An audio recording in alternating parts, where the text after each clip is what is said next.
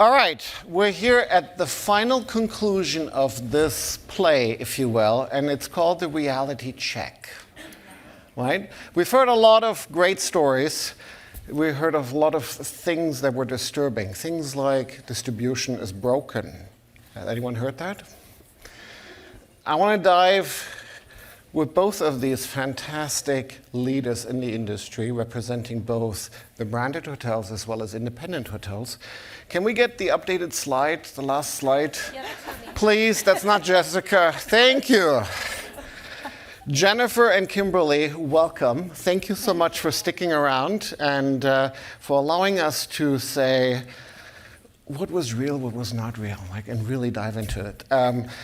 Jennifer, I'd love to do a very brief introduction of, the properties represent and give us sort of a bit of context around what type of hoteliers are using Curator Hotels and Resorts or part of Curator Hotels and Resorts. Yeah, thank you.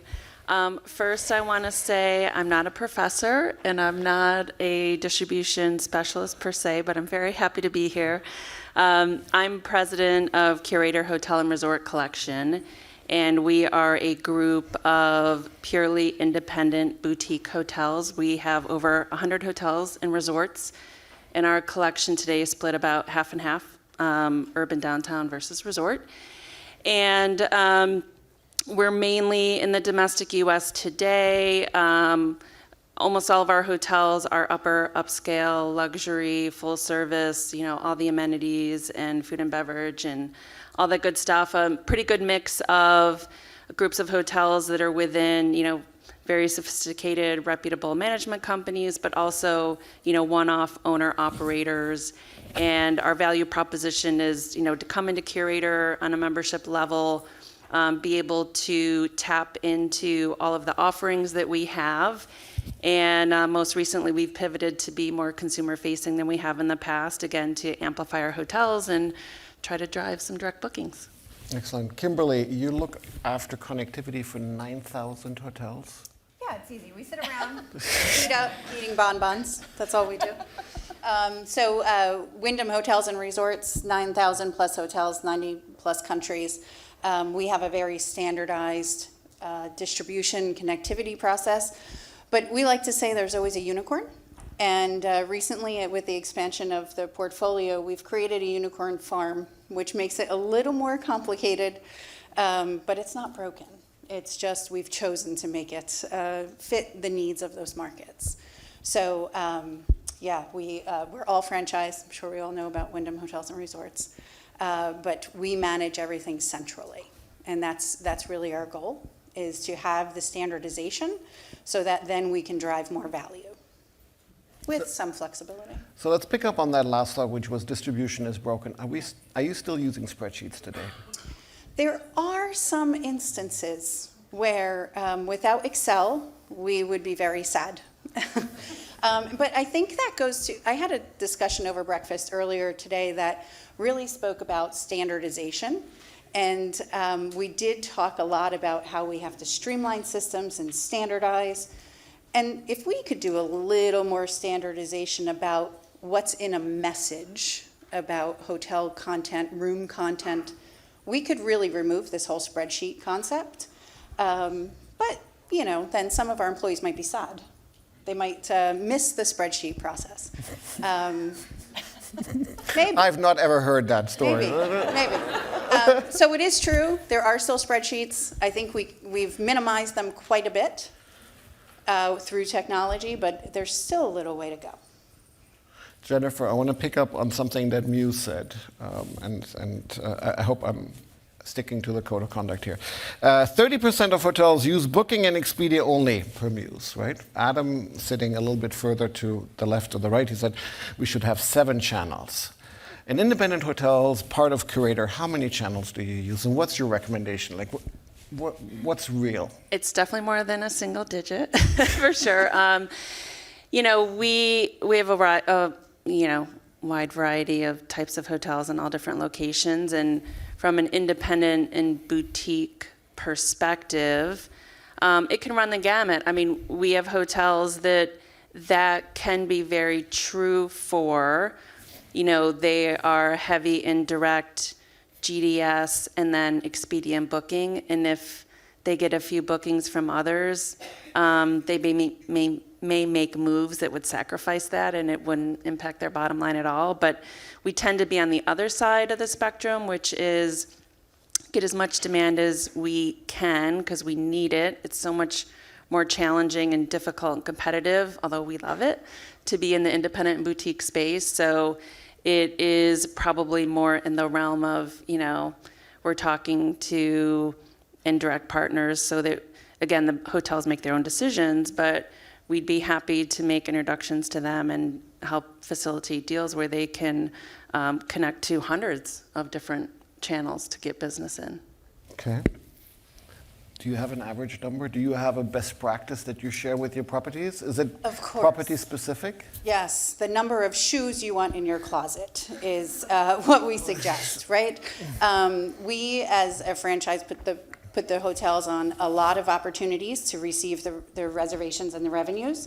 Certain markets, certain tiers, our ultra all-inclusive brand may take business from vacation bookers, right? Whereas your trademark as an upscale business brand would be more corporate. So it is very hard, even through all these discussions, we've tried, I think, a lot of conversations have been about very much standardizing, minimizing, coming up with the ideal one system or not. But we are all incredibly different, right? The facilities that you're at, the branding that you're at, the market that they're sitting in, who's going there and why. I think you need a good mix of distribution opportunities, accounts that cater to different customers so that your product is seen. So I don't have a real number. I also don't know how many shoes I want in my closet. Okay, Natalie, got it. All right. Let's go to something that Jason said earlier today. He said that in average, hotels today use 20 systems to manage their business. He gave the example of 65 as on the top end, but the average was 20. Do you know roughly, in your typical independent hotels, how many systems are they touching, are they actually working on?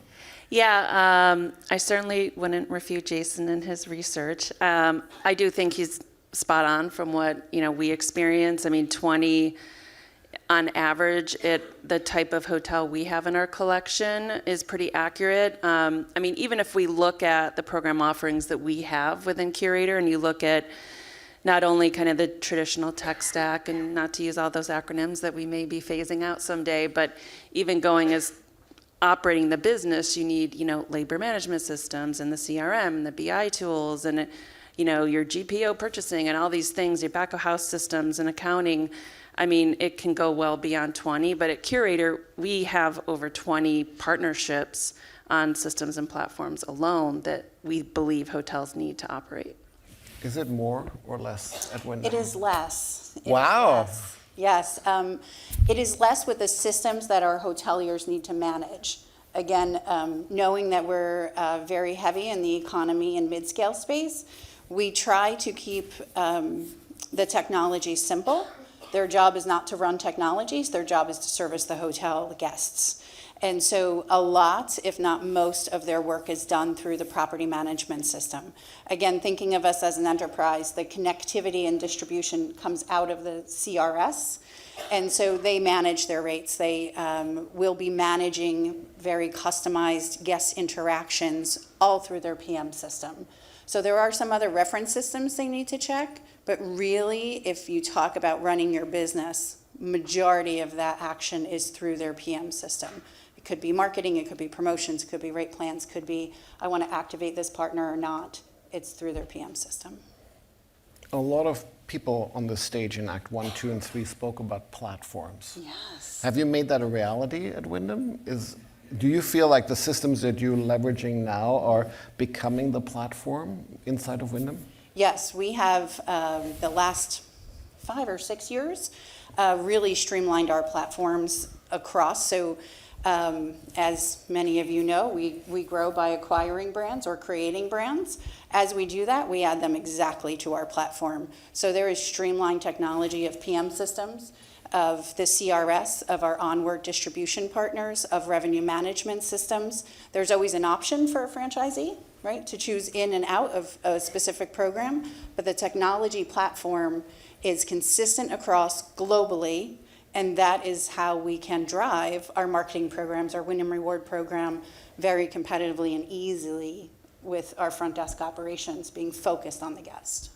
And just a quick follow-up. Yeah. Jason made a statement that the cloud has enabled us to create these platforms to really, is that true or false from your perspective? Was the cloud the enabler, or were you always creating these platforms even in a, back of house connectivity, interface servers? I think some brands use satellite at some point, I was told. Yes, I remember back in the day selling satellites to our franchisees. And when it was raining, it was didn't a problem. work? Yeah. Okay, you were disconnected. Okay. Yeah. No, but seriously, do you think the cloud has helped you become better at creating this platform, this unified system? Yes, I think it has definitely helped us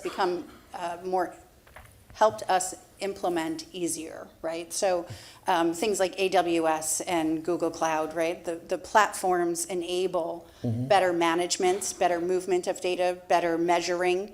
And I think with that, some of us think a little bit differently about the hotel business. Why do we have to think of it just as hotel business? Why can't we look at it as revenue or data flowing? And so the cloud has opened us up with an opportunity to maybe challenge ourselves a little bit, right? So I think it has played a role for sure. Let's look at the independent space. Has the cloud allowed independent hotels to leverage more innovation, more technology? What's your point of view? Yeah, I'd agree, absolutely. I think the innovation, well, first of all, independents and boutiques, we have freedom of choice, which we kind of love, and lots of flexibility. We don't always have, we don't have endless resources in terms of, people and OpEx and CapEx, but the platforms or IT systems, as you will, that are out here today, all the innovation, I think, comes out of the capabilities in the cloud. And the systems that we recommend today for our member properties, they're all cloud-based. The advent of kind of more agreeable open APIs is huge, because for us, again, in our space, freedom of choice and flexibility, we don't have a one-size-fits-all. We don't have a, if someone asks us, we could tell you maybe what our preferred, tech stack is, but we've got partnerships with, 3 different PMS systems. And with the cloud, things have become easier, to implement. The training can be easier, and we've seen cost savings in many aspects as well, which again, it just goes back to the owner and driving profitability for the ownership group. Which is huge, right? Oh, that's our whole mantra at Curator, is to help the managers, help the owners get to where they want to be. I want to talk a little bit about what's keeping you up at night as you think of distribution today, right? Today, tomorrow, the next few days, you're leaving this conference. What are some of the pain points that you think we haven't solved yet in distribution, right? We talked about spreadsheets a little bit, but that can't be it. That's just operational efficiency a little bit. A lot in the last act, we talked about emerging channels and getting in front of that new, I guess, young demographic, the Gen Z that will become, 27% of our workforce by 2025. What are some of the things that you say, oh my God, I haven't solved that yet, or I haven't figured that out, and this is keeping me up at night? So I think for me, it is about, we are so used to doing things the way we do things, right? We talk about the GDSs, we talk about the switches, we talk about this new up-and-coming social media that you could book.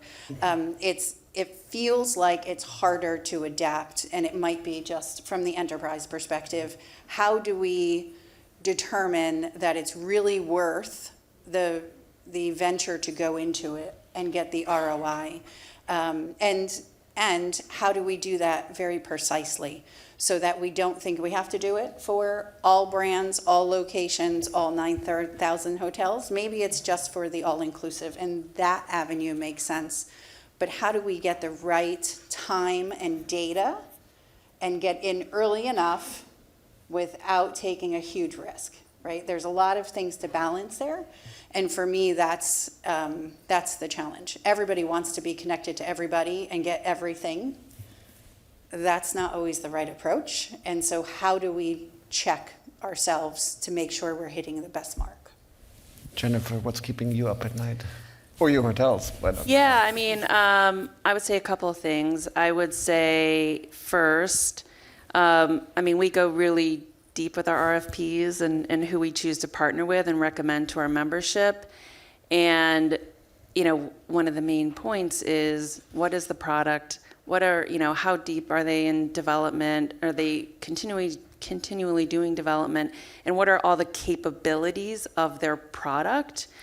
And then, we put ourselves out there recommending it. They get, installed in hotels. And, when there's some friction or some pain points, typically it's the hotel teams aren't using all the capabilities that are available. It's like these products and platforms and systems are amazing, but someone has to, really go through the training and then utilize all the capabilities to maximize it.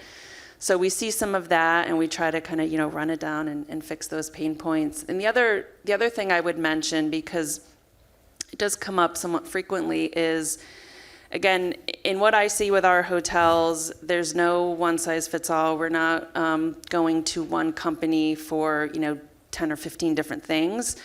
So we need you guys to work together. Instead of, and Jason said it in his white paper, and I was like, yes, I experience this every now and then.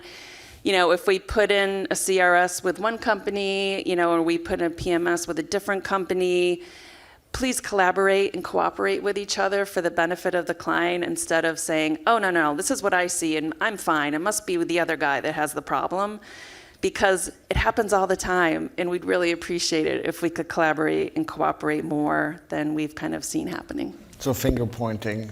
Yeah. Okay. Well, let's stick with you for a second. Like, you have an audience here. We have probably about 50, 60, 70 technology providers left here in the room. If you could wave a magic wand and say, address one thing, is it the collaboration? Is it the support? Is it, for partners to work better together?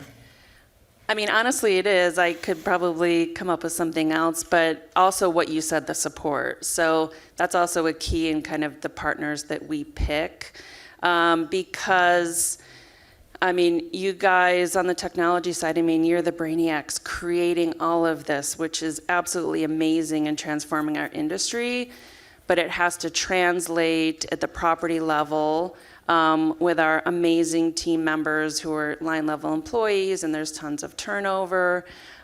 So we need the responsiveness and the support to go along with the product when we roll it out. Kimberly, anything to add? This is Christmas. You can make your wish. You can wave a magic wand. That's it. What should technology solve for that they haven't solved for yet? I think it really is the collaboration across. Often as the hotel company, you feel like you're stuck between deciding 2 or 3 key players, and they're just giving you a sales pitch and here's our technology and this is how we can move your needle. However, if those 2 or 3 worked together to solve maybe streamlining standardization, or this is how we could do payments together and make the front desk staff easier to check somebody, and that collaboration across technology partners would make it so much more successful.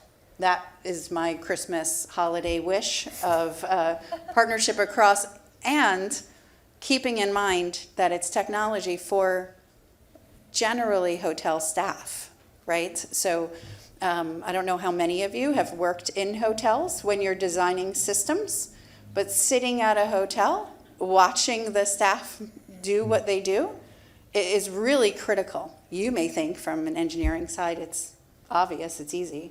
When you watch somebody do their job, you will learn a lot. So don't forget the audience that you're trying to solve for. Very wise words. I want to wrap the session up with looking a little bit into the future, right? We had an AI session just prior to this. But Jennifer, maybe let's start with you. What do you think hoteliers should invest in that they're not investing in enough at this point in time?